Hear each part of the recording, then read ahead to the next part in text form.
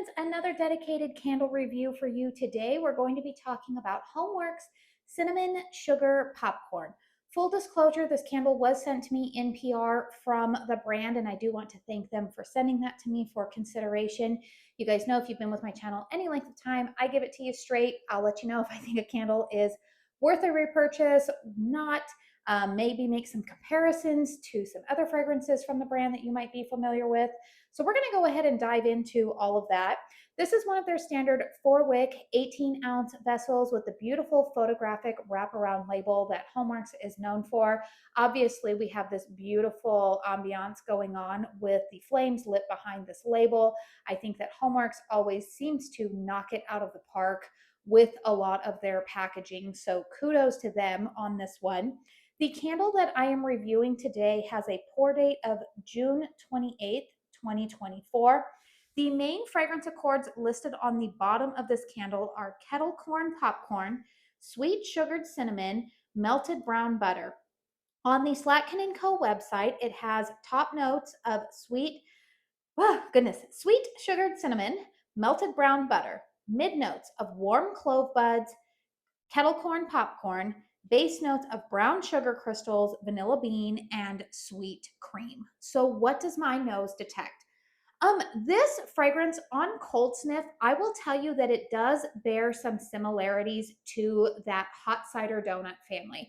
I am in the camp where I always say that I feel like every season of launches, whether that's spring, summer, fall, or winter, HOMEWORX knows that hot cider donut is one of their best selling fragrances, if not their best one. And it always seems that they seem to like expand on that family with every seasonal launch. And while I will say that this fragrance has some similarities, I don't feel like this is as close of a sibling as, say, hot cider donut and sugared beignets and powdered sugar crepe and funnel cake. I feel like this is like a second cousin or something like that, because I definitely smell the similarities in terms of the sweet sugared cinnamon. That accord is very much the same. However, when this candle is burning, I do detect a little bit more of the popcorn element in this candle, and maybe some of that brown sugar and the melted brown butter. Obviously, there would be brown sugar in there. I definitely detect some of that. So this fragrance has been a little bit interesting for me because on cold sniff, like I said, I thought, oh, this smells like it has some similarities to hot cider donut. But when I started burning it, I was like, okay, still some similarities, but it is a little bit different.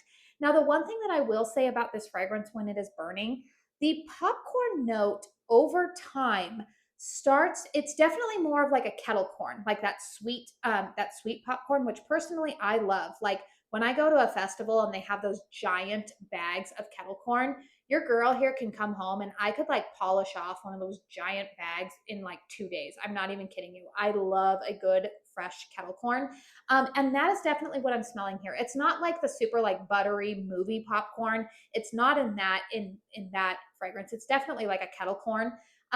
It's done nicely. However, the longer that this candle burns, I will tell you that the popcorn starts to smell, or the kettle corn accord almost starts to smell a little bit. I've called this the wildfire effect. It smells burned, but not like burned popcorn or burned food, because that sounds like really gross. But it does start to take on almost the smell that I smell in the air when there is wildfire in the air.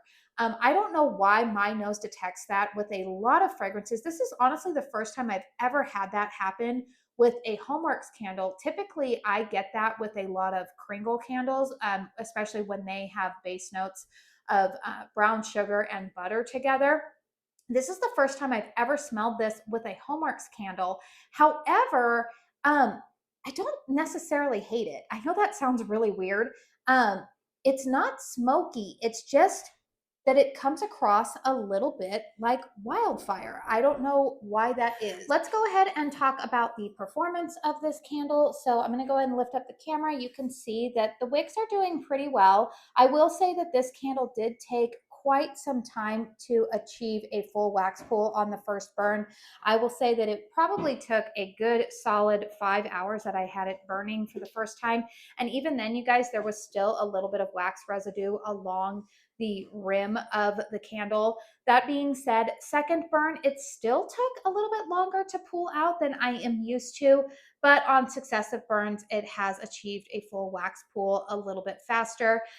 You can trim the wicks on this candle if you want. The wicks are not giving me any issues.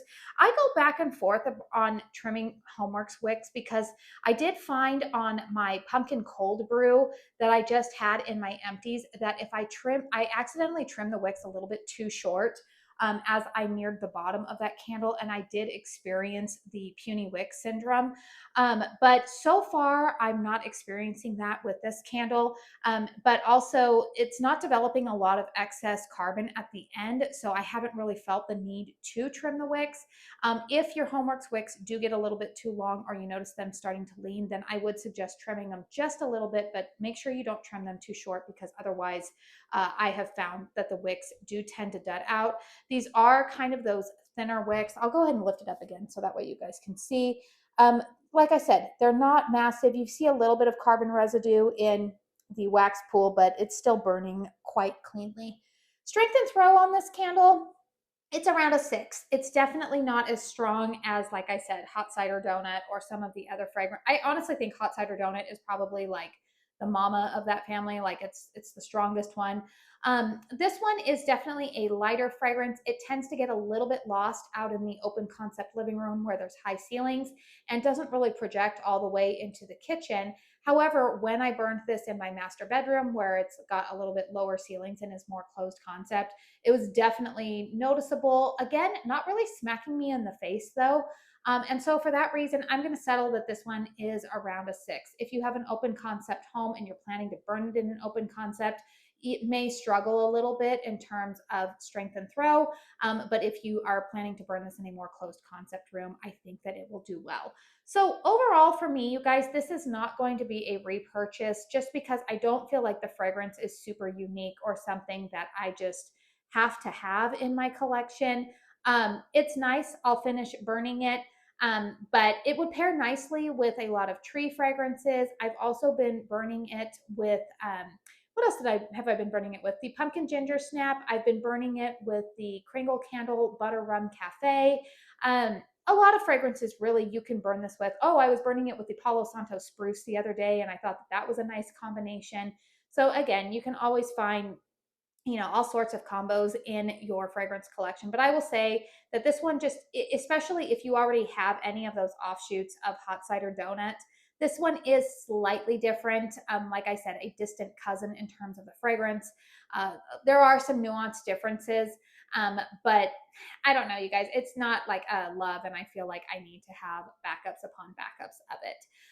And that combined with also, it's just not a powerhouse fragrance that I feel like I need more of. So feel free to comment down below if you have purchased this candle, what your experience has been with it so far. I do have a discount code with the Slatkin & Co website. It is Katie's Joyful Life.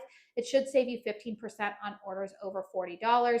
I know that when they are running sales or if there's another coupon code that's being used, oftentimes my discount code cannot be used in combination with it. But if you want to get your hands on it right away and they're not running a sale, you can enjoy an extra 15% off. That is an affiliate code that is eligible for a commission, so please only use that if you are comfortable, and I do thank you if you do choose to use it. But also, you guys, if you can get a better discount on a candle, I will tell you to do that every day that ends with Y. Please consider hitting thumbs up if you enjoyed this video or found it helpful. Also, consider subscribing to my channel if you are new here. I do lots of dedicated post-burn reviews like this, as well as hauls, empties. I have a candle chat series. I have a series going where I encourage you to use what's in your stash. So if you find yourself wanting to stick around for more of my content, I would encourage you to hit that thumbs up button and, the subscribe button. That's the other thing. So, all right, you guys, I do want to say thank you so very, very much for spending your time here with me today. And until my next one, I hope you all go out and have a very blessed day. Bye.